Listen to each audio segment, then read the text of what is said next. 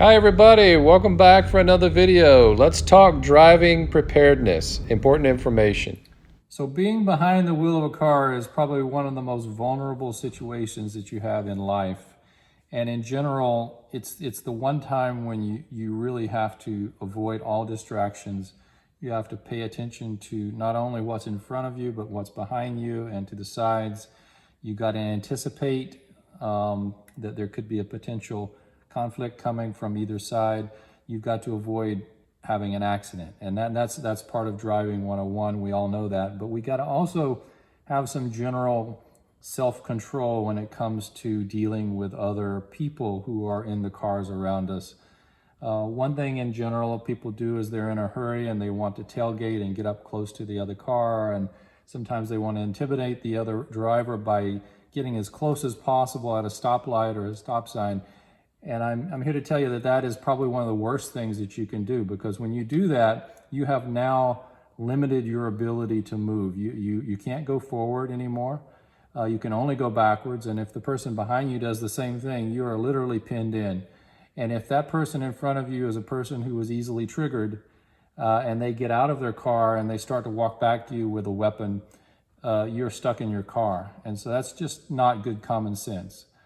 But in general, there are rules of thumb when you're behind the wheel of a car to make sure that you are able to drive in a more passive manner, not aggressive, not going to escalate a situation if someone cuts you off. It's really hard. It's an incredible amount of willpower in order to do that. I have learned lessons from the past from seeing things escalate. I had a situation one time where my whole family was in the car, and I honked the horn on this guy in a parking lot, and this huge guy gets out of the car and starts walking right toward us, and I'm stuck because there was a car behind me and his car was in front of me, and here I am with my wife and my daughter in the back seat, and they're terrified, and this guy looked like he was really ready to rip my head off. I had no way to defend myself, and I certainly wasn't getting out of the car, but I eventually was able to maneuver. And not only was I able to finally eventually get away, but the guy got in the car and he followed me for miles before he finally come to his senses and he turned off. But it was just a wake-up call that you don't mess around with people behind the wheel of a car. It's very different from any other time. And I've learned my lessons over the years that you just do not escalate these situations, because people are getting more and more desperate and more willing to pull out a firearm and start firing into your car. Literally, people are not thinking in the right mind at this point. So one of the main things you can do is always keep your door locked when you're inside, windows up as much as possible. Just carry my pepper spray, and it's easy to detach. Comes right off from my keychain, and that's something that you can do. And you have it ready all the time. The other thing that's very easy for me to get to is my pen, and if I ever had to, I could defend myself with my left arm, which I'm left-handed, and that works really well. But I always have that available in the car. And the TCP is definitely a good deterrent, especially you lower the glass and you fire a few shots. I think you're going to get away.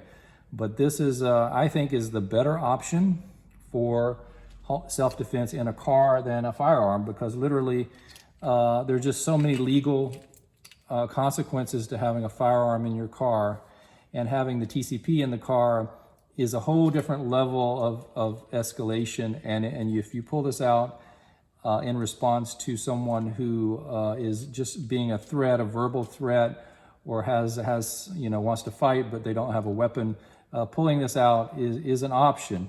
But be aware that because this is black, and I know that you could probably make it look even more menacing by getting rid of some of the writing. But the bottom line, because this is black, as soon as you pull this out, you are now potentially a target for someone who has a firearm, and you have to just be very careful. I would, this for me would be always my last resort. If there's a person in that window who's getting ready to bust in that window and is just violently attacking, you charge it really quick, and you just aim and fire and put those shots right into the person. That's really what it's for. It's if someone has breached your property.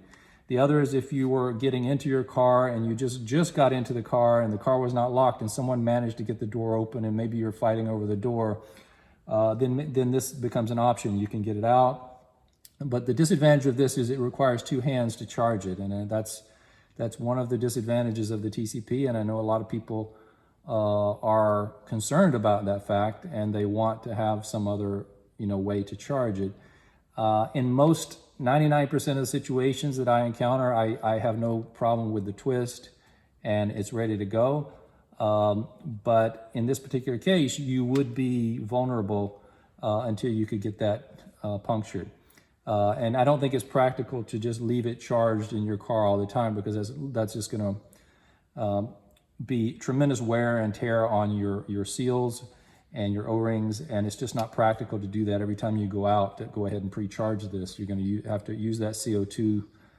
It's not going to be stable for days and days and days. It might be fine, but I think the more the risk of to you is the wear and tear on your marker, not so much the CO2. I believe the CO2 may hold for a day or two, and if you do see a situation and you're driving and a person's getting out of their car, you can certainly get it out, pre-charge it, and then put it back in, or put it to the side, and you can have it charged and ready, and you can have it basically ready to pick up and shoot, and you surprise them. So that's really what it's all about. You have to think ahead, pre-charge, if you see something happening, and then you can be ready. And I think that's where a little bit of thought and thinking through various scenarios and situations is very valuable.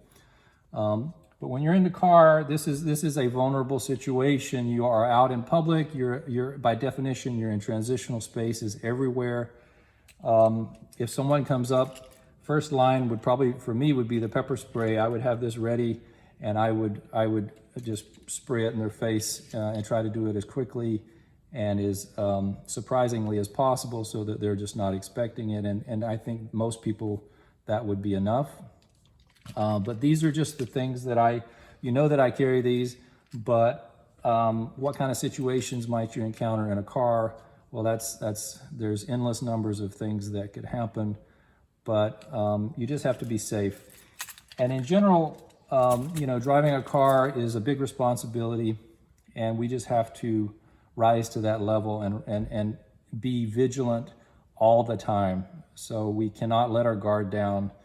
There are a lot of situations where someone will approach you in a parking lot, and it'll seem like a person who's confused, or even an old lady who's asking for questions, but it may be they have a partner who's going to come in from behind. And so you always be suspicious when you're talking to someone who approaches you just randomly.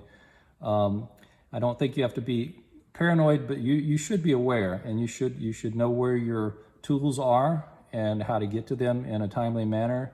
And at least your mind should already in advance think about what you would do in a various situation, and then you have a plan for what you would do. And then when that time comes, it'll be sort of automatic. You'll know best what to do. So in general, that's all I have to say about your car. This is a micro environment in which you're living, and you want to be safe. And be careful when you're behind the wheel. Don't text and drive. Don't do other things that are going to put you in harm. There's a lot of things that you can do to avoid irritating someone that's going to cause them to want to get violent.